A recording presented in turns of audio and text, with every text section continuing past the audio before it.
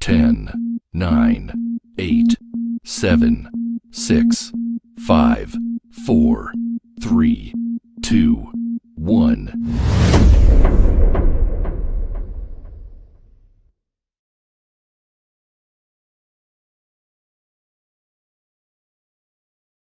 Welcome to the podcast from Doug Ground Up Productions with hosts Lady Miz and Ray.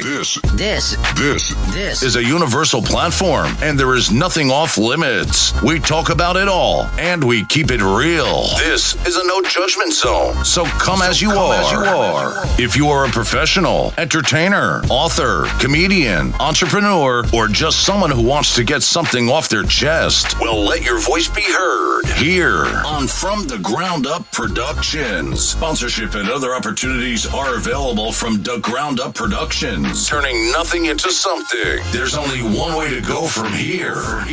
And now, here are your hosts, Lady Miz and Ray.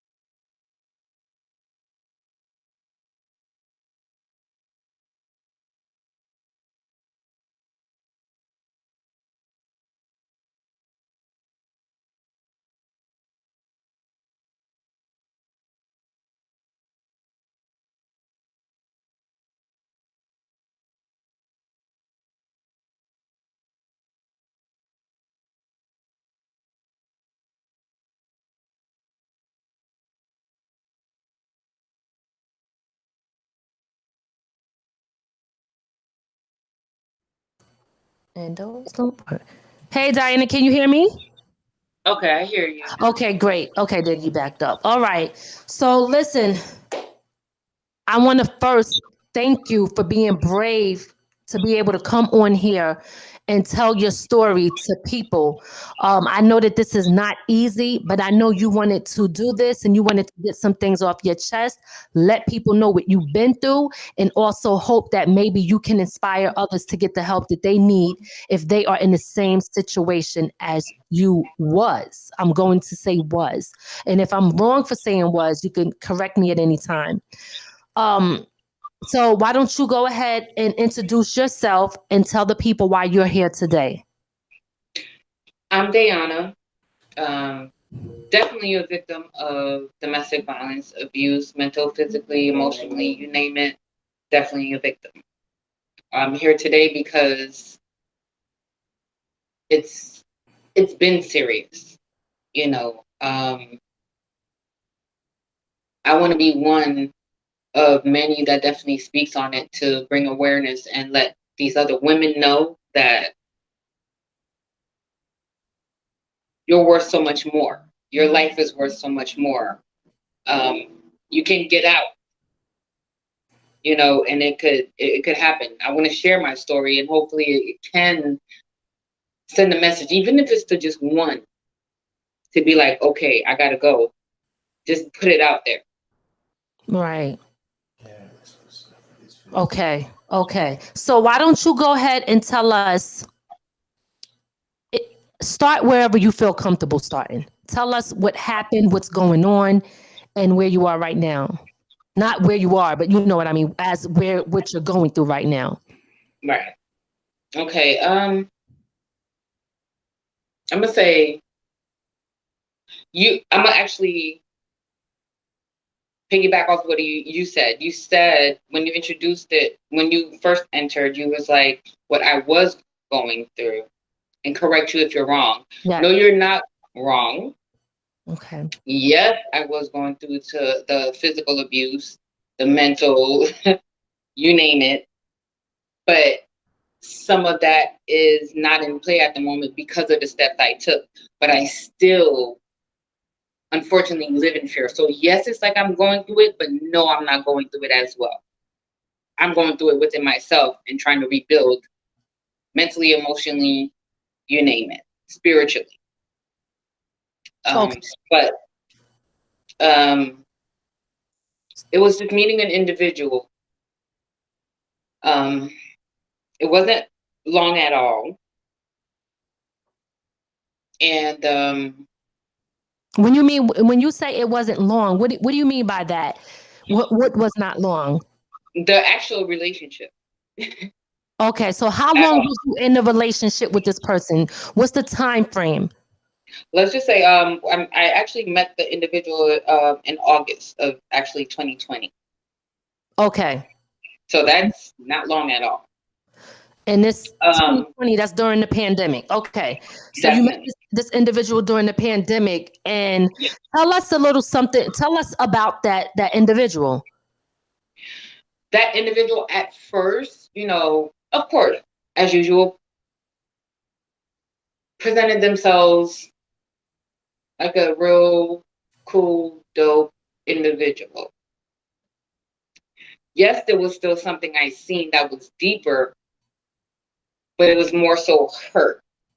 I took hurt in some kind of pain, I took, but clearly you can take certain things, you could look at something and take it in many ways.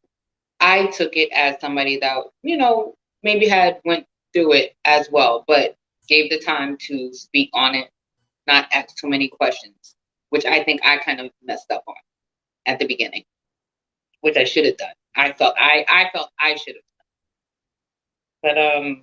But So let me ask you this really quick, Diana, because what I want to do is I know that this is probably not easy for you to talk about, right?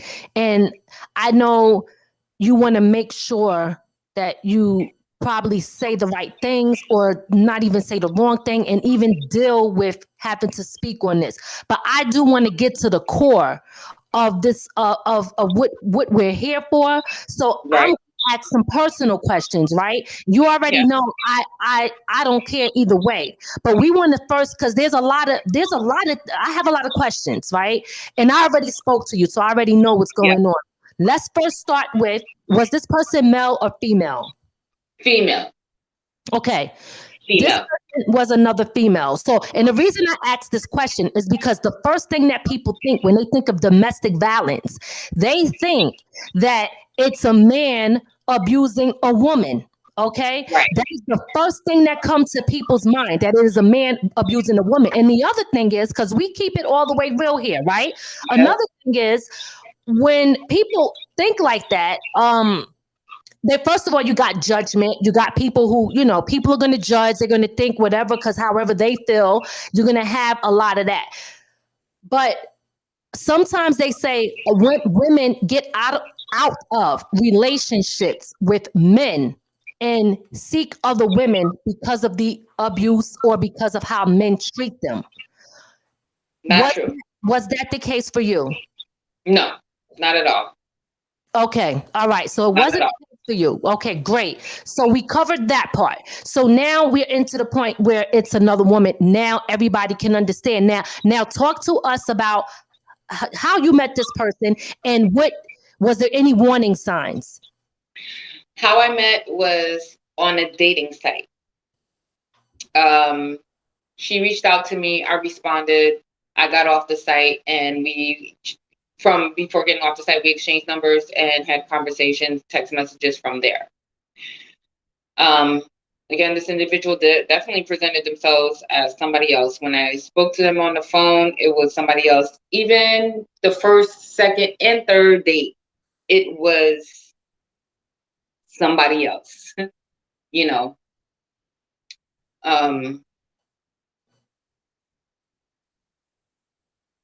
can't say how as time progressed, because it was still a short period of time. Within literally a month and a half, not even 2 months, the first attack happened. What happened on that first attack? If you don't mind sharing, and if you don't. No, I don't. I don't mind sharing nothing at all. I'm sharing any and everything. I was leaving a get together, and she wanted me to come after the fact. She was actually supposed to be at the get together, but never made it. But wanted me to come over after the fact. I did that. But before I could even enter the house, when I pulled up, she was actually standing outside, came to my driver door. And you could look in those eyes that's not the same eyes I've been looking into. Because instead of, prior, yes, you see these eyes, like, you look into her eyes, it's like, okay, yeah, she's been through some things, but what she's presenting is a cool, sweet person that's been hurt. But when I looked in her eyes that night, it was the straight devil. I knew something was off. I knew something was off. And that was the first time you ever seen her look that way? First time ever. Okay. All right. First time ever. And literally that's in under 2 months. Okay. So okay, you went to this party, she didn't come, and then she got there and I guess she was leaving, and then all of a sudden you noticed that she was looking at you. I got to her house. She wanted me to come over to her house after, and she was actually outside waiting for me to get to her house. Okay. Because it was about maybe 2 or 3 o'clock in the morning, so. And what happened? She looked at you, and then what took place? She opened my door, looked at me, and off rip, that instinct that I just totally ignored was like something was wrong. And literally got a little aggressive, not a little, a lot aggressive with snatching my arm and like, get the F out the car now. So it's like, okay, well, what did I miss or any of that, But because of how aggressive she was with like yanking me out of the car, actually, she did succeed in doing that. I'm actually fighting back to get back in my car to leave, and I actually got choked. She choked you? Yeah. Okay. Sure did.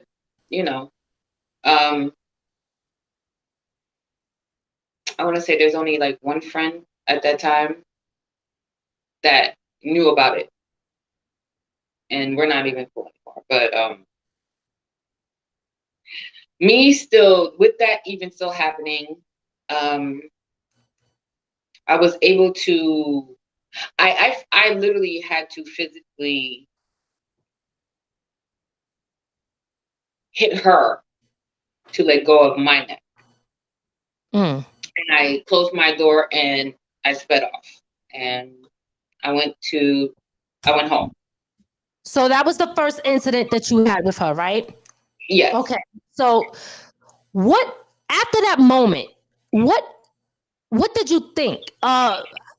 First, let me back it up. That was your first incident. Have you ever had any prior relationships where you was involved in being a victim of domestic violence?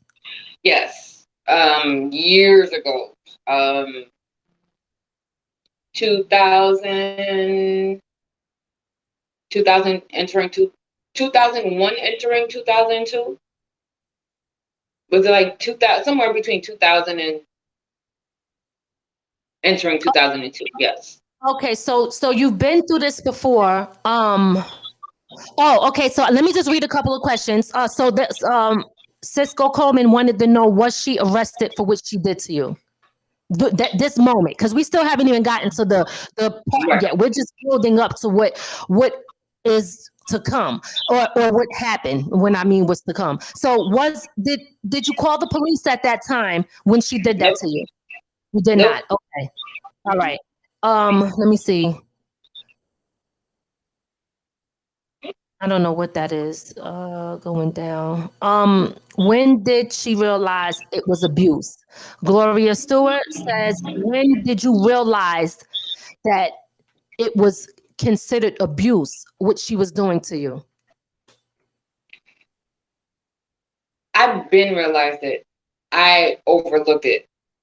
At first, I was telling myself, because this individual was going through a lot, that they don't know how to respond. But it was more so, it was so much self-love that I lost in myself. Oh. It's all right. You take your time, and I know this is not easy. And not for nothing, a lot of us we lose that. You know what I mean? Sometimes we lose ourselves, we forget, and then we start to make excuses for other people's behavior. And we start Yeah. to think that is something in you, or you try to find the good in people. Somebody once told me that, hey, when somebody shows you who they are, let them keep revealing that. Don't keep helping them Yeah. cover up the mask. You know what I mean? True. So Yeah, and yeah. so you realize, so you said you always knew from that point when she looked at you like that and did that to you in the car I that mean, something was wrong at that point, but it wasn't until the second incident that I already knew. But again, I overlooked it because, again, not at the time. My excuses for overlooking it wasn't really what it was. It wasn't until I eventually was like, okay, I need to do something about this. That made me realize it's me lacking a whole lot that allowed this and made those excuses and accepted so much. Not that I deserved it, but I accepted that because of whatever I was missing within myself. Okay. So you're going through that, you're feeling that way, you're self-examining yourself, you're kind of reflecting, looking in the mirror at what's going on with you. Now then that happens, so you stay. What was the second Yeah, incident? I did. Huh? What was the second incident? The second incident, fast forward to I want to say it was towards the end of October, maybe. Mm-hmm. Or it could have been the beginning of November, because I know there was 2 incidents that happened like within back to back, like maybe 2 weeks of each other, within either the end of October entering. No, it's okay. You don't even have to be so specific on dates. It's fine. So the second time around, actually Thanksgiving. Thanksgiving. So I'm totally wrong on that, but it was Thanksgiving.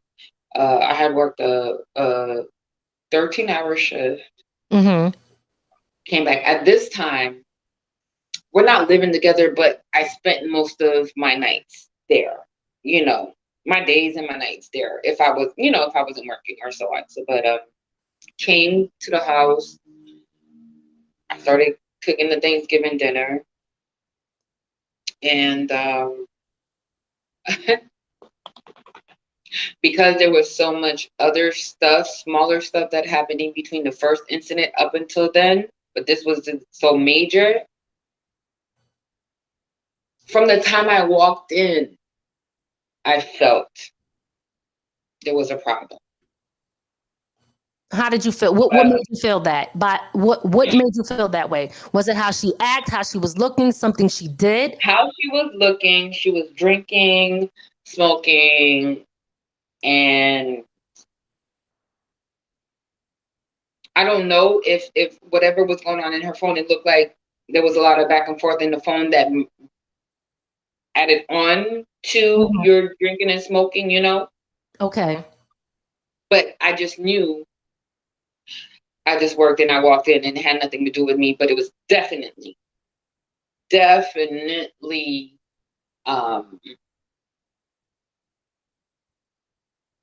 taken out on me. Okay, so what exactly did she do? I was in there cooking. It started off with little smart remarks. I was everything in the book.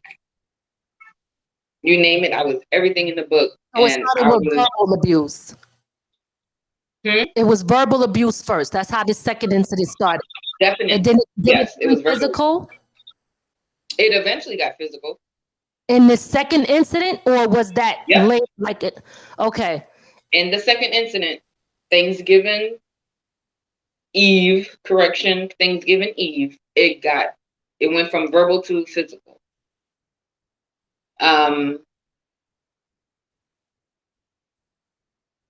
She was verbally abusive, saying a whole lot of things that didn't make sense, and saying things about me and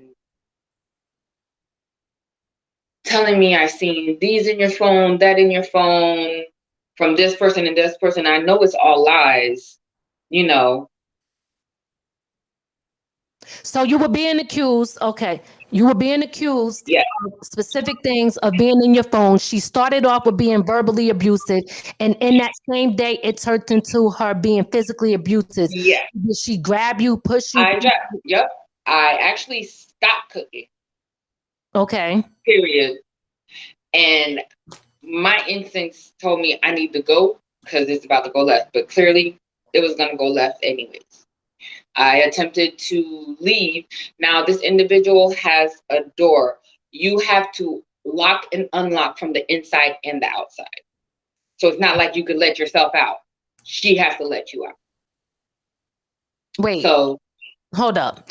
Are you telling me you was locked in the house and she is the Yep. in order for you to be able to leave the house, she has a certain lock where only she can unlock and get out. She has the key to let you out. Okay. So attempted, I don't think I even took 2 or 3 steps. And she's in my face, she's blocking me from leaving, but yet still belittling me, disrespecting me, verbally abusing me. And it's like I'm, like you're dodging somebody trying to move around. I'm trying to get around to get out. Not even still thinking, okay, I need a key to get out. I'm just thinking, just get out, She grabbed me by my shirt. I don't even know. I'm still going to talk about it because literally it's still pending for the courts. But I'm still going to talk about it. It is what it is. Grabbed me by my shirt, literally, and then boom, hits me across my chest, and I will go flying to this big mirror that she has that's against her wall. Did the mirror break? No, it didn't. But was I hurt? Yes, I was. Then I was slammed onto a mattress that was on the floor that was next to the couch. She was pinning me down, also choked me while pinning me down, and all while saying this, you're not going to leave me. It went from, you're not going to leave me, in my mind, to for like that night, you're not going to leave me right now, to you're not going to leave me, period. Like, you're not leaving me, So, okay. All right. Yeah. So you got some people saying prison, that was prison, lady imprisonment. And Cisco Coleman said that's false imprisonment. Absolutely. Yeah. Does this only happen when she's high and drunk? That's the question that we have going on right now. Does this only happen when she is high or drunk? No. Okay, so she has been extreme when she's high and drunk, but it's totally extreme. Like, I don't, yeah. Okay. Okay, so now let's fast forward a little bit. Let's talk about when it really started getting out of hand, where it started affecting your life. It had been affecting me, but I just stood there. I stayed there. In between these things, I was getting text messages, just taunting me, disrespecting me. But not only that, it was from text-free apps with, now that I know is her, but was acting like other individuals, like maybe her exes that had her back. That's as far as she went, to actually come up with text messages, text-free app calls and act like, hey, this is such and such, and et cetera, with threats and all of that. It had, at the time, I didn't know, but I know now. Okay. And go ahead. Yeah, I'm going to keep fast forwarding. Like, it just got to a point where it was like, yes, I was done and I'm over it. I wasn't doing it. She actually, when it was done and over with, she actually had me attacked and she held me down. I was literally attacked. I still have the black eye. It's still sitting here. Along with all the threatening text messages, voicemails, you name it. And it got even worse because I started completely ignoring all of those things and no type of response or giving anything at all. So let me ask you something. Coming around. How many incidents were there? 8. 8 incidents. And 8 police reports. Huh? 8 police reports. 8 police reports. So there was 8 incidents of physical abuse, correct or incorrect? 8 incidents of physical abuse. And we already covered, and believe me, let me be clear when I say this, because I never want to make it look like, but I understand how sometimes us as women, or even men, because some men could be abused too, go through and we because when we have these conversations, we want to first educate the people on what you've been through, but we also want to be able to say, hey, this is what I was able to do to get out of it, and these are the steps that I'm taking. But I know you're also facing some challenges with legally and with the law in the state that you're in, and we're going to cover that. But backing it back up, when you talk about what happened in the 8th incident that made you decide that this is it? I need to get out of this. I need to leave. Well, actually, it was the 4th incident. The 8th incident happened after the fact I actually started doing something. Clearly, she didn't care that I had these reports. Still was stalking me, threatening me. I will kill you. You're dead. Try to break in my house on multiple occasions. So those things happened after the fact, that after the 4th incident and I left. That added 4 additional charges with the restraining order. So there was 4 incidents while you were in the relationship with her. The 4th incident is when you decided that you wanted to get out. Right. And then after that 4th incident, there was 4 more incidents when you guys were separated, where she continued to harass you and try to assault you.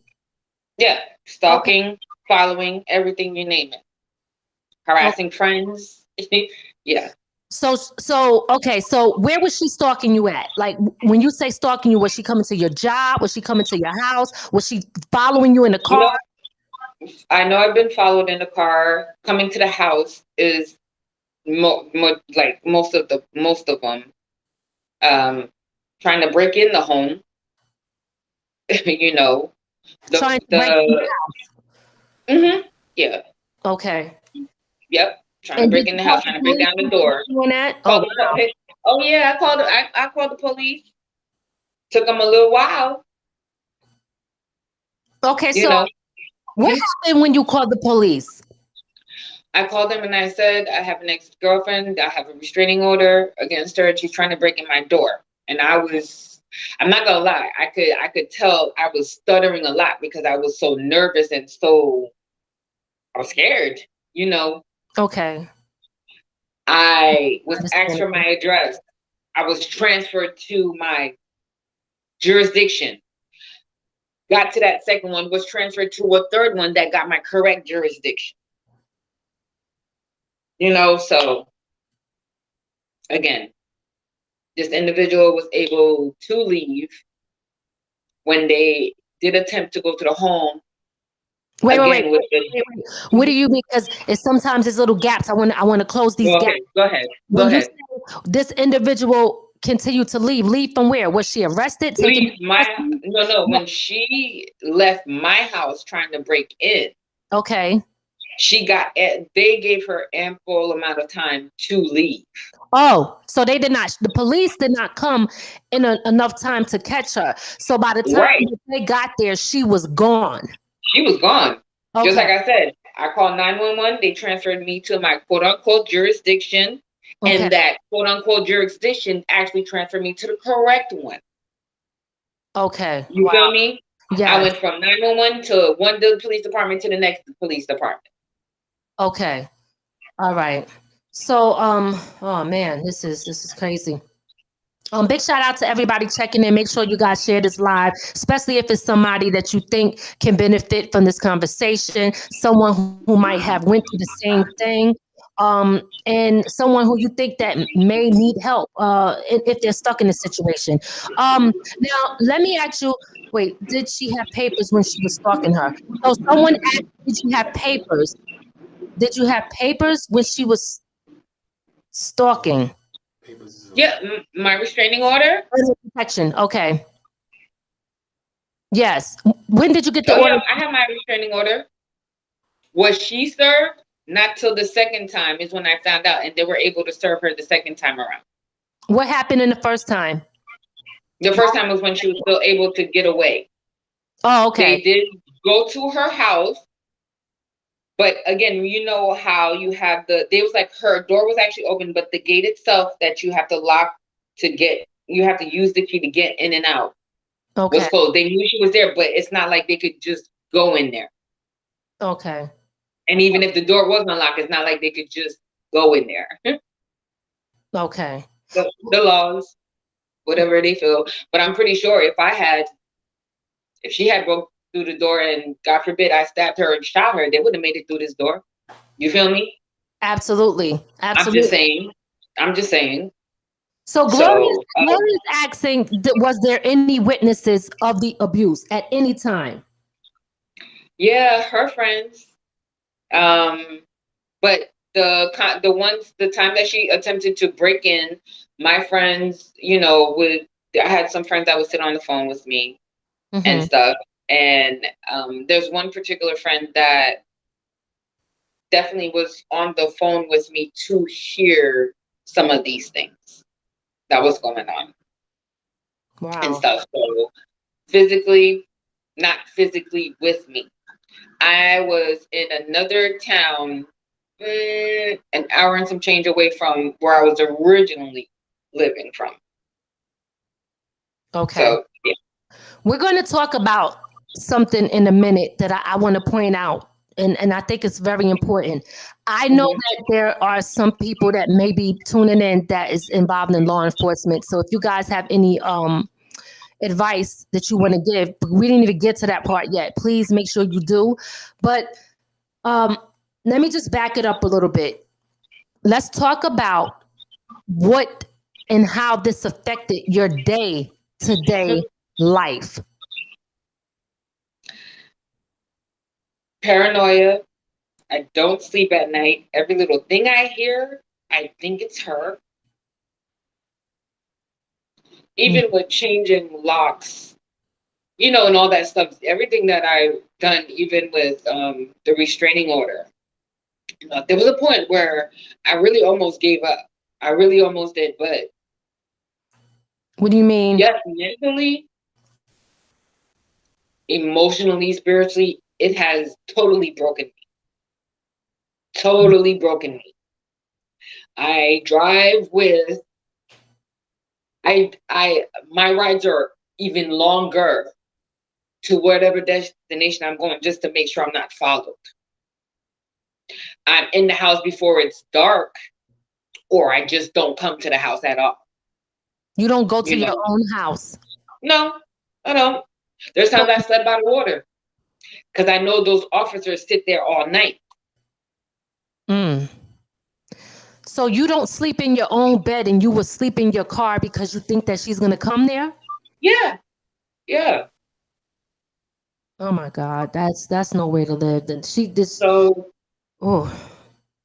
Yeah. Have you went to go seek help in a shelter, anywhere where they help people who are victim of domestic violence? The assistance, I'm doing all of that right now. The counseling hasn't started yet. I know by next week it will. The counseling is number one for me. Okay. Definitely number one for me. But yes, I seek help for a lot of things, and the counseling is definitely number one for me. Because again,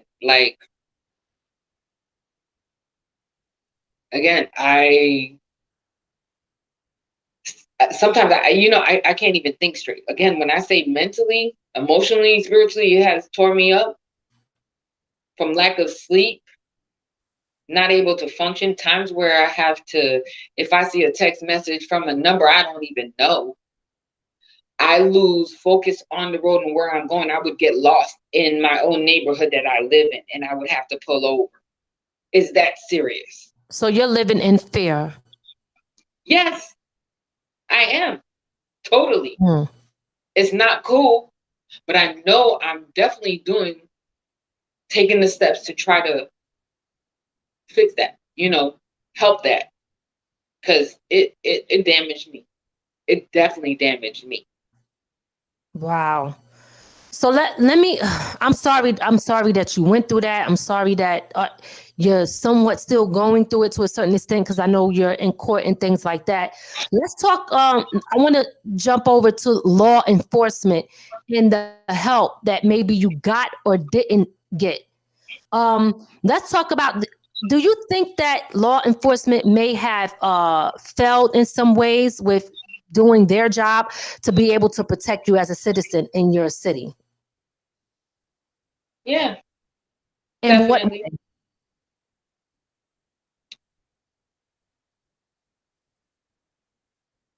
When I would call, it took them a while to get here. But not only that, when they got here, how they responded, and it didn't matter what color, race they were. It was that. Because some people will say, "Oh, it's because you're black." So you're saying even black? No. Right? But yes. Okay. Yes, I got because I'm black. It may be the area that I live in, but when it comes to the officers themselves, doesn't matter what race or shade they are, they judge the same. They move the same. Okay. I was giving off like, okay, this is another little black girl living in the hood or in a gay relationship. These women go through this shit. Okay, let me just get your name, et cetera, et cetera. Okay, we're gonna put this in, just whatever. It got to a point to where I called them so much. I'm not gonna lie. I'm like, they probably tired of hearing from me. And you know what? It seemed like it took them longer and longer to get to me. Longer time to get to me. Yeah. And you got to remember something too. Listen, law enforcement they're regular people too, and they also come to their own conclusion, and they also have their own judgment, because we're still dealing with regular people. That's just a uniform. So again, people, but they still are should be doing their job, and tax dollars, you work and your tax dollars pay for them. So they still should be coming there to support you. And I don't care if you call them 15 times. It doesn't matter. They should never come with the attitude of, I'm sick of this person constantly always calling. But some people do feel that way. Some people kind of feel like, because I've been in a situation in past relationships where I had to call the cops a few times, and I felt exactly the same way you're talking about. Like, they're probably tired of coming here. So it seems like when they come like they don't give a damn. Oh, so what? Yeah. Because you're still here. You didn't leave. You're staying. So instead of them coming to do what they're supposed to do, is to protect and serve and do their job, they come with judgment, and they don't do their job fully like they're supposed to, because they're just I guess complaining or feeling some type of way, because they're looking at you like, I came here already. Why are you still dealing with this? Right. So somebody asked the question. They said, Cisco Coleman, have you ever spoke to any of her past girlfriends to see if she abused them? And if so, are they willing to show up to court with you? No, I've never spoken to any of the past girls but one, and this was at the beginning, and she did admit that my ex-girlfriend did put hands on her. But this was no but. She was also an individual to a certain extent that would text my phone, you know, on stupid stuff. Now, I don't know what you're talking about. Yes, I have spoken to one, but that was way at the beginning. Currently now, I have not spoken to no ex-girlfriend or any of that to see if she's done. And I don't need to, because I definitely found out now that I'm not the first person she's done it to when it came to stalking, abusing, and wouldn't let it go. How did you find that out? That was definitely through the police department, the records on her. And what's even more crazy, during the time that I was going through it with her, from the time that I met her and the time that I've ended it and going through it with her, she was actually still stalking, harassing whoever else she had been doing it to. I didn't know none of that. Wow. I knew none of that. I knew none of that. So it was very shocking to me. It wasn't shocking because it's like I'm starting to be more aware of clearly this individual's, how she moves. But she was doing it throughout all of 2020. She has a history past 2020 of years with doing the same thing, but also not only that, doing it while dealing with me to those other individuals, while stalking me too and harassing me, but making it seem like, yes, some of it, the majority of it was hers, but there was others that she would make it seem like it's them. She would put it out there like it's them harassing her, but and now I'm finding out it's the other way around. Okay, so let's touch on that, because that actually brings up a good point that I want to talk about. Again, I think a part of this is about also knowing the law, right? But even when you know the law, sometimes the law still doesn't work in your favor, depending on who you're dealing with. So one thing that I will say, right? And I know that you're under a lot of stress right now. I know you're still stressed out. I know it's still hurting. I know you're still dealing with a lot. And in the mix of all of that, sometimes people cannot think right. They can't think clear. They got scattered thoughts all over the place, right? And you're trying to express yourself. And the part about that, because I can even tell through our conversation right now, is what I learned. What is important is that you got to make sure you word things also right. See, here's the thing. People don't care too much about your emotions and your feelings when in the court system and law. It's like going to the court. You ever see when people go to the court and they got a ticket and they're trying to talk their way out, trying to get them to understand. And the judge, he or she can look like a complete asshole, right? Because they could be like, well, what do you want to do? It's guilty or not good. They don't care, because at the end of the day, that person that's standing before the judge has to know their rights.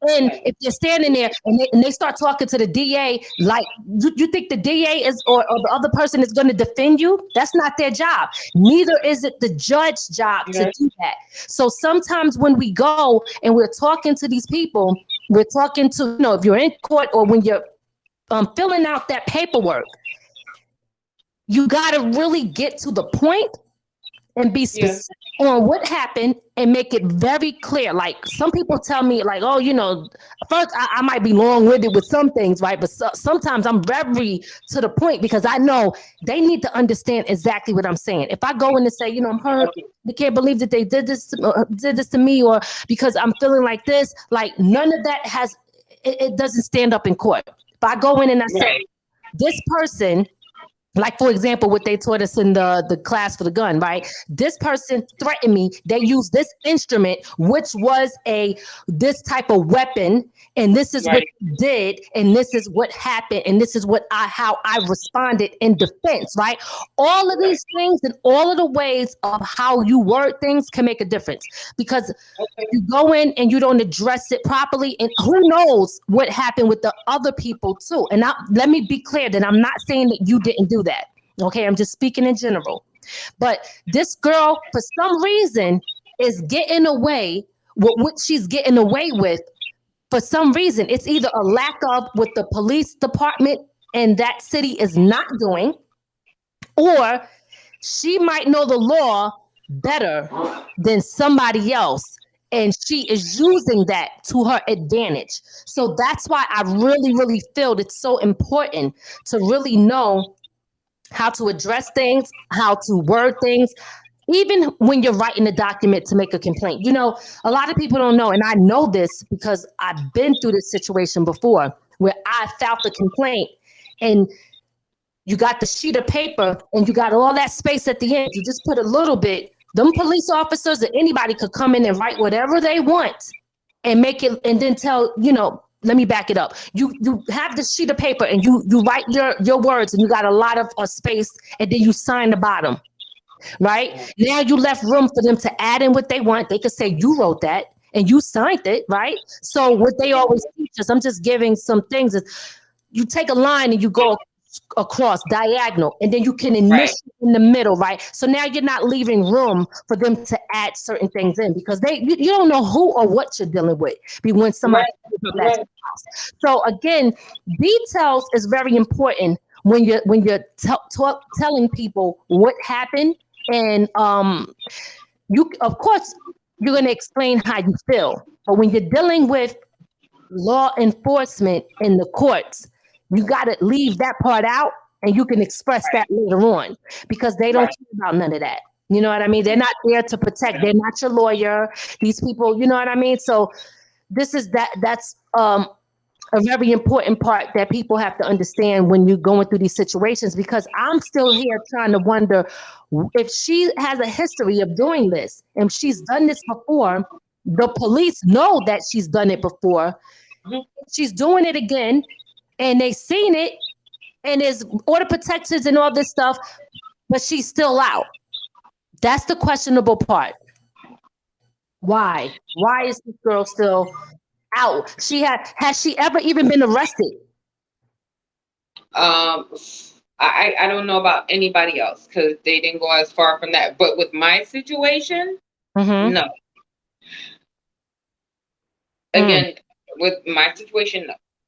But there is, I can't go too deep in it, but I know the story with my imprisonment is definitely a felony. So that's being taken care of. It's taken a while, because that was back in November, Thanksgiving. So let me tell you what Go was saying. He says, call organizations for domestic violence. I don't know if you've done that. They know the laws and can help you. And he put a link in there. It's www.fcadv as in Victor.org. I'm not sure. Huh? I don't know, for some reason I don't see none of that stuff, so I definitely gotta get it. Oh, okay. I don't see nobody's stuff, but just you and I. Oh, okay. Well, because you're probably using your phone, right? Yeah. Yeah, and then you can't see. So you would probably have to have another device. But the good thing about this is this will be live. It will be here on YouTube. And then we will also, you could go back in and see that and see these comments and stuff like that. But I'm going to read them to you. Huh? Oh, okay. So I'm going to read them to you. And again, so that is www.f as in Frank, CAD as in David, V as in Victor .org. They he also said call your local congressperson. I don't have you tried to do that? Nope. Okay, so that's another thing that maybe you might want to think about doing is to get some help, because you can't live in fear. And again, and let me just read the rest of this. Find out who policies the police in the town. Is that what it says? And contact that department. Who polices? I'm sorry. Find out who polices the cops in the town, in your town, and contact that department. American law enforcement is you have to have injuries. Okay. Did you have injuries? I had on 3 occasions. They got pictures. Like they have pictures. And I still have a black eye that's still lingering. They have pictures on 3 occasions. Different occasions. I have the report sitting with black and white copies of the pictures. But they have the original pictures. Okay. Bleeding finger, broken thumb, splints on them, blood all over my clothes. So again, it's just like, oh man. Yeah, that's. But I'm not giving up. I'm not giving up. I almost did. I almost let it ride. But I did. And I'm not going to. I'm going to continue being there. I'm going to appear in court. I'm not going to be anybody's victim, period, anymore. And I don't want any other woman to be nobody's victim. That's right. It's so, that's hard because you got to fight through that. And then you got to fight for yourself to also be strong to get through it. So you got, besides all the other fights that you got to deal with in this world, now you have to do that. And,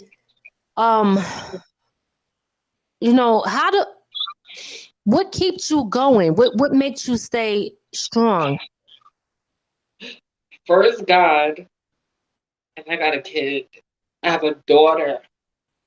No, she knew nothing about this, but God in her,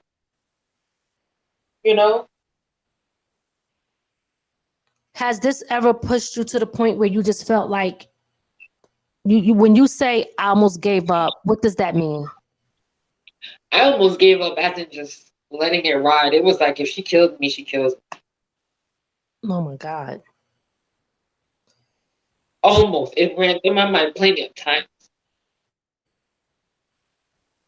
That's not, oh man. I'm glad that you did not give up. Let's just say that. And continue to keep fighting. Continue to keep fighting. Mm-hmm. Yeah, definitely.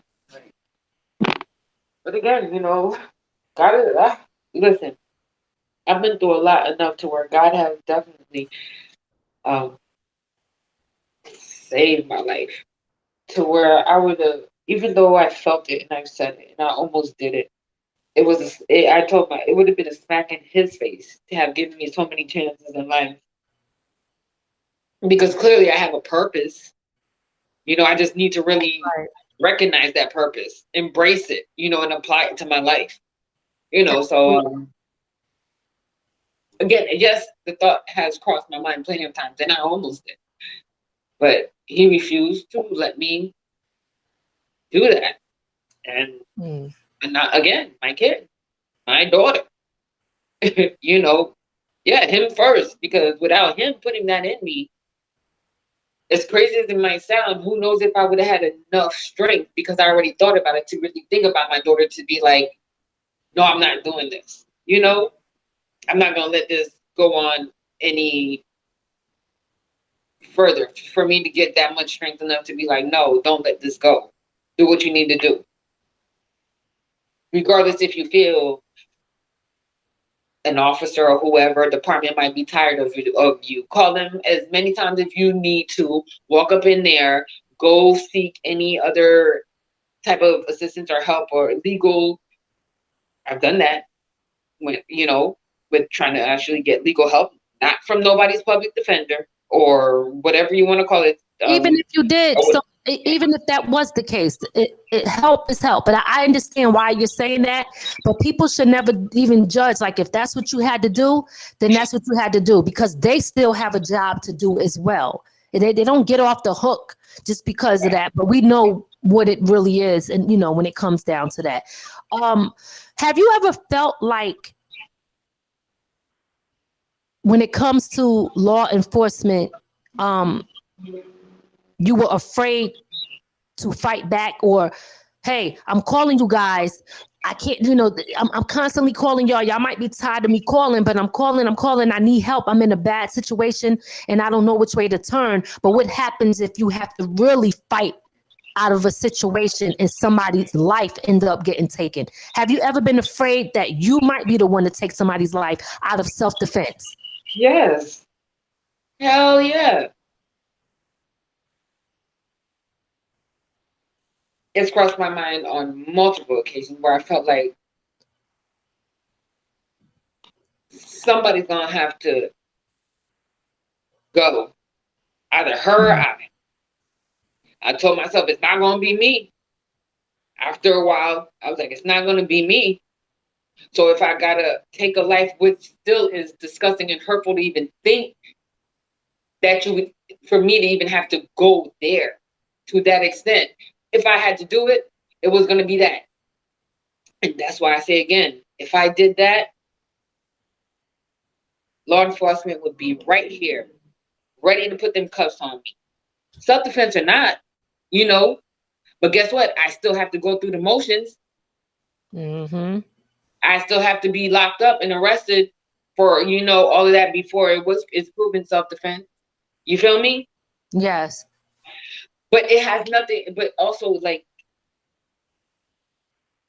again, if I had to take a life, I have to take a life.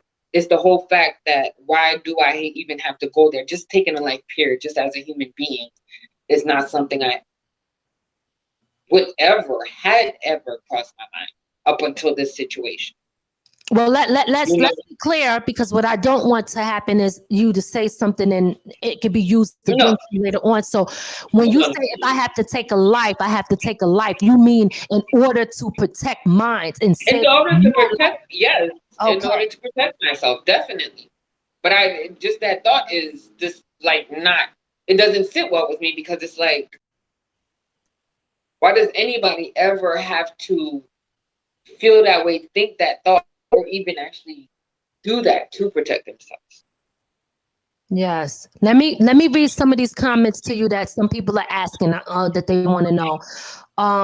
Have you tried an actual domestic violence shelter or regular shelters? That was the one question.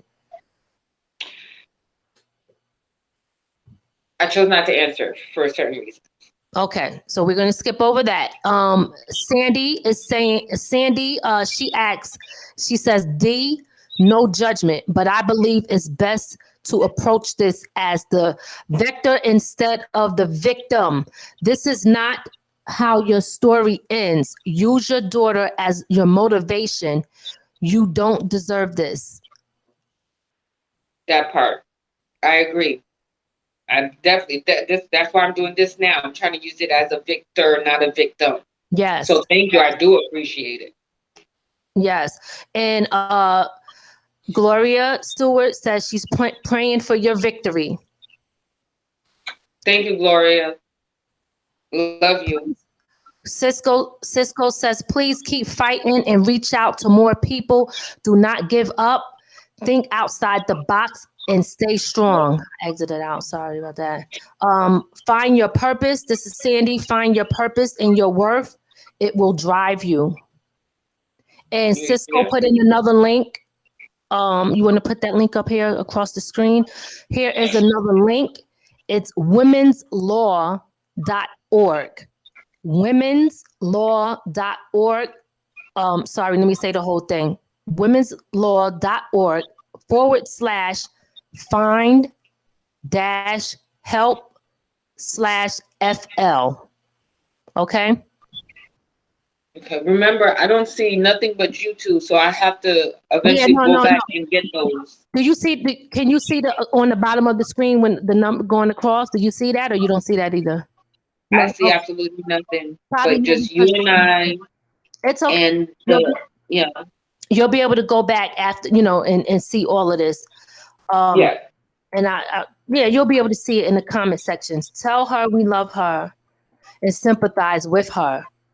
And please please think about your kid and stay strong and do not rely on your local law enforcement. Seek other avenues. That's what Cisco said. And right. Sandy says, I was in a domestic violence situation for years. So this is somebody that basically went through what you're going through. Sandy, how did you make it out? What did you do to get out? For years. Because that's a long time to be going through something. I mean, and that's not a judgment. I just want to be clear, but I'm just saying it is a long time. That's pretty deep. So what do you want people to know? Like right now, tell us, and I know you can't say too much because I know there's still some things going on. Mm-hmm. But what do you want people to know about how to move forward, or where your current state of mind is and how you plan to move forward? Okay. It is because one, I want women and men to know that are getting abused. Know your worth. You can get out. Recognize the signs. Run from it. Do what you need to do to protect yourself. It's never too late, and don't give up. There will be times where you feel like you do, but don't do it. I didn't do it.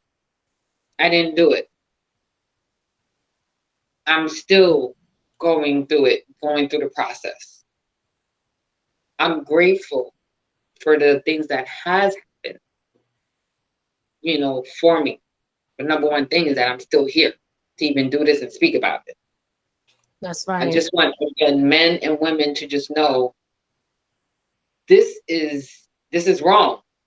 Nobody deserves it. It's disgusting. Nobody deserves it, period. Know your worth. That's right. Know your worth. That's important. I am, again, the number one thing for me. Yes, I'm not giving up. I will appear in court however many times I need to. I don't care. But the most important thing for me, and that anybody else that has gone through it or going through it, is counseling. Because it is something that will damage you. It will damage you. On many levels. However level, it doesn't matter. It still damages you. Counseling is key. Fighting and keeping it going is key. It's going to feel like this has been the toughest fight you've ever had in life, and it's going to feel like you may think you're not going to win at the end, but you're already winning because you're fighting. Period. You're doing something about it. But counseling is key, number one, first. And knowing you are not nobody's victim. Or you will not be anybody's victim, or you will not continue to be anybody's victim. Man or woman. That's right. That's right. That's some good advice. I hope that helps people out there too that might be going through the same thing. I'm going to read some more of these comments because I know you can't see them. So I want you to hear what they have to say. So Sandy, who was in a domestic violence relationship for years, said that he threw her son across the room. That's pretty deep too, because I can't even imagine as a mother, when you're already being abused and you can't get out. I couldn't even think of how you feel when someone is hurting your child. That's deep. That's deep. I'm gonna read some more. King Charlie Prince said this is he feels like this is a sad moment. She said no judgment. we all handle differently. I thought I deserved it after a while. The longer you stay, the harder it is to get out. That's what she said. Okay, so Cisco's telling her, God bless her, he's happy. I guess she got out of her situation. And she said she had healed and have helped him heal. Wow. Okay, that's kind of deep. I have healed. That's deep, Sandy. That is very deep, and helped him heal. That's respect. We are a product of a lot of brokenness. This is what Sandy is saying. She's saying we are a product of a lot of brokenness. Agreed. Speaking up, D. She said, keep speaking up, D. Healing is on the way. Thank you, Sandy. Sandy, I'm glad you tuned in. Definitely, because first of all, I'm glad that Diana sees that first of all, we're here for her, and this is a support system. You know what I mean? It sometimes just having people that you could relate to, that been through it, that can understand you with no judgment. That's the important part, because a lot of times people don't talk to people because they're afraid to be judged too. Because all of the thoughts, like you said, I'm calling the cops. They're getting tired of coming. People don't want to talk because they don't want people to think of them and start blaming them. See that, and it can feel like that people will start blaming you. Even though I can ask the question, what made you stay? To hear your voice, to hear your comment to that, your answer to that. But it doesn't mean, oh, well, you stayed, so you deserve it, or why didn't it doesn't mean that. Get into the bottom of why we stay, right? That's the important part. Finding that place where we know that I don't deserve this. And let's get to the bottom of why we think we deserve it in the first place. Right. What's going on inside of us that we think that we missing something? Clearly, it's something we're missing within ourselves. I can speak for me. It's something not something. It could be multiple things, or it could be something that I'm missing within. Absolutely. King Charlie Prince said, it's always great to share your experience because it helps others. You got getting some hearts and love over here. I'm now in a beautiful and loving marriage. This is Sandy, and that's what I deserve. So basically, there's light at the end of that tunnel. Sometimes people don't even want to get in another relationship. They don't trust people no more. I'm gonna be honest. I'm there. My trust is out the door. Wow. It is. Wow. But yeah. My trust is out the door. I can understand why you feel that way, but I will say this though. You have to heal first, even before you get into another relationship, right? That's so important. You gotta heal and fix yourself. And when I say fix yourself, meaning make sure that you never can go through this again. You can't control somebody's actions, but you can control what you allow to happen to you. And like you said, self-love is important. That is so important. And not dealing with that. You know what I mean? When you're moving forward, you don't want to say, I'm complete. You're worth finding love. See, and that's the one thing that you don't want to ever shut the door to. You are worth it and deserve to first love yourself first, and you deserve to find love, to have somebody love you. And there is somebody out there for you, right? That person cannot win by making you feel like you can't ever move on to be with somebody who you deserve and they deserve you. You understand? So there's somebody for you, and don't ever, you fix you first, but don't let that person make you not be able to find the love that was meant for you. Because obviously, look, Sandy's in a loving relationship, like she said.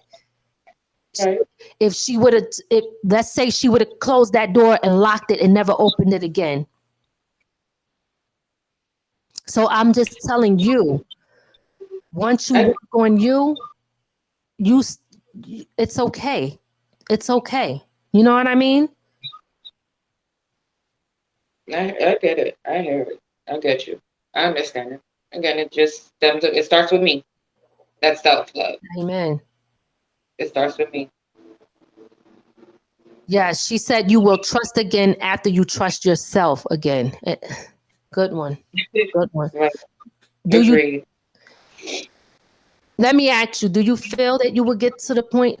No, better yet, this is a better question. Why do you feel like you could trust yourself? And if you don't, why not? Oh, I definitely feel that I can trust myself. Good. Because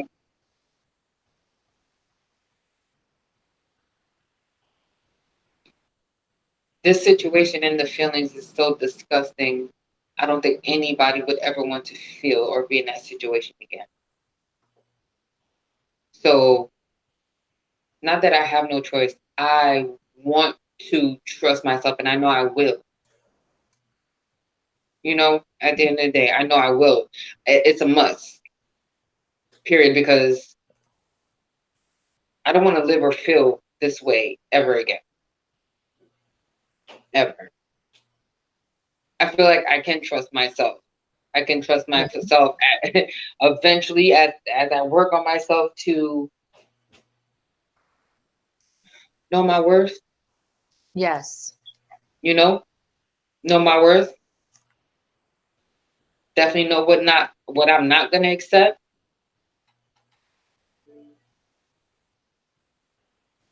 Okay. I trust myself to move further and work on me and make it right. Make it right for me at the end of the day. Good. Good. And you got our support 100%. Like you know, I'm always there if I can be. You know what I mean? Since no matter what, day one. A question that I didn't ask you, that I think is important to ask is there anything that happened to you or you experienced that got you to the point where you felt like you deserved this?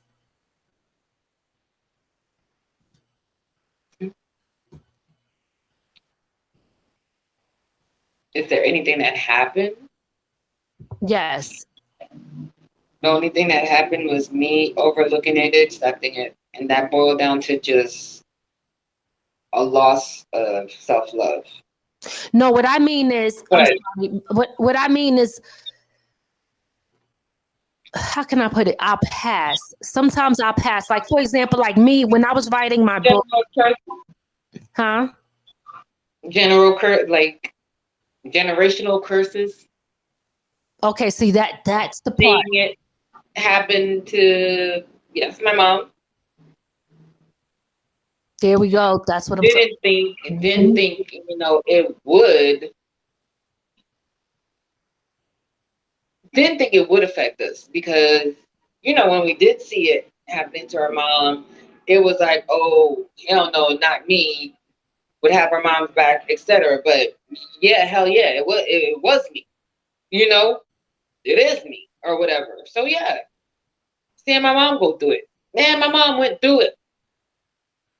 And she stayed there for her kids.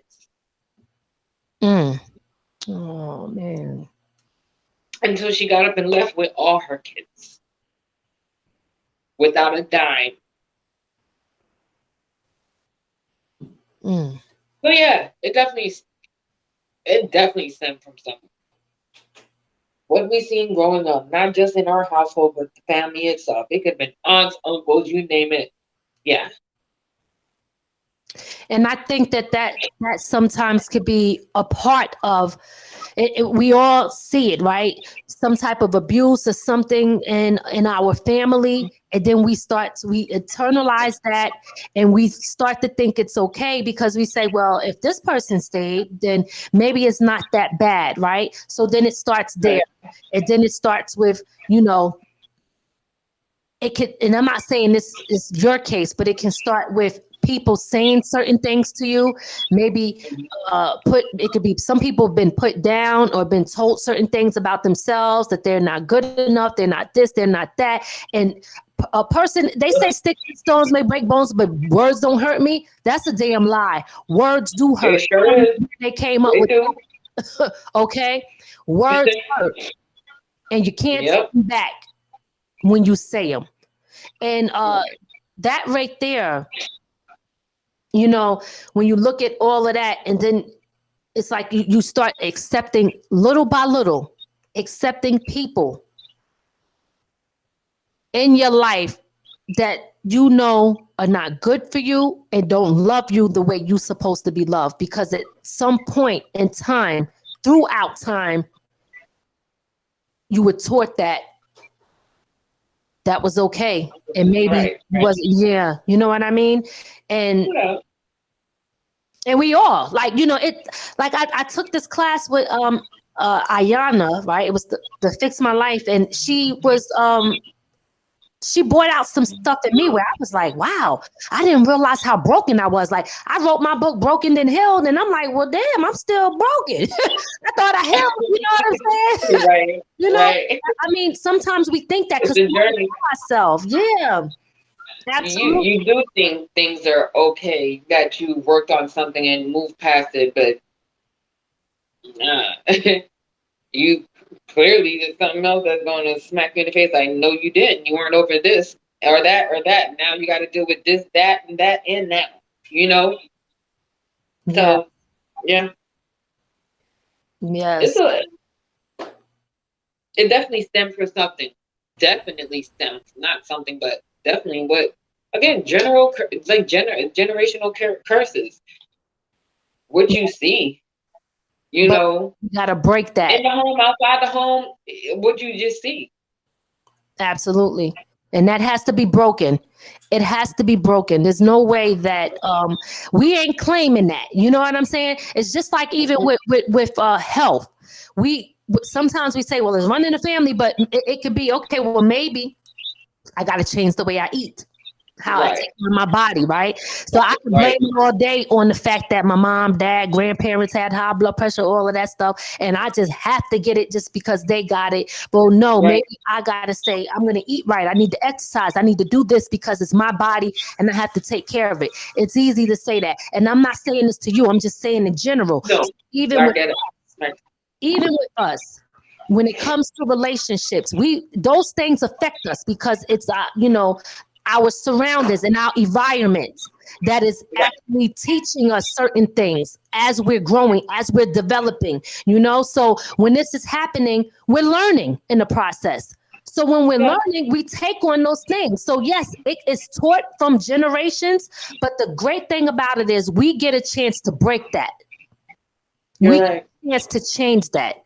And we can now start showing the ones that's coming after us that you don't settle for this, and this is unacceptable. And let me show you why I'm not going to accept this, and you should never accept it either. Because they say kids do what you do. They don't do what you say. Right. You know what I mean? It's so damn true. I know. I talk to my kids all day, and was everything I was telling them not to do, I was doing it. You know what I'm saying? So I had to look at myself like, oh man, no, for real. I'm like, yo, it was me. Like, and again, I always, and I know that you know that I'm not saying this to you. I'm just speaking in general. You know, I had to change some of the things that I was doing also, just to make sure that I, you know, showed them, look, okay, if you're not supposed to do this, let me lead by example. So I think that you're doing a great job. Keep on fighting. You have our support. Sandy said, listen, you can always call her to chat if you ever want to. If you want, I will make sure it's okay. Sandy is a lovely person. Could give you a number, somebody that you could talk to, somebody that you could relate with. She is a wellness coach. She wrote a book. She's a great person. So she is definitely somebody that I would like to connect you with, so that you could talk. I went to her and spoke a couple of times. So she's definitely good for that. Just good to have that ear and that relatable person. You know what I mean? I definitely appreciate it. And I will humbly embrace any and everything he's throwing at me right now, whoever he's throwing at me, to help me at the end of the day as well. Yes, absolutely. So I do appreciate it. Definitely. Absolutely. Lady Z, we see you, Lady Z. Diana, is there anything else that I did not ask you or anything that you want to say or you want people to know? Well, we definitely tackled what we could at this moment. Mind you, this is still not over. The physical part may be over, but this is still something that I'm going through. So hopefully, no, not hopefully. The next time you hear from me, it'll be on a whole nother level. Tears of joy, not pain and hurt, and all that. It's just going to be more so, yeah, I did it. I did it. And I made it through. Yes, I made it through. That's right. So, that's right. Okay. Yes, Zoya said break these generational curses. Absolutely, Zoya. Okay, so listen, you always welcome to come back on, tell your story and share it with us. I definitely would love to know that how you move forward. If there's any way that I can help or anybody that can help, please let me and us know. And you just please understand that you have our support here.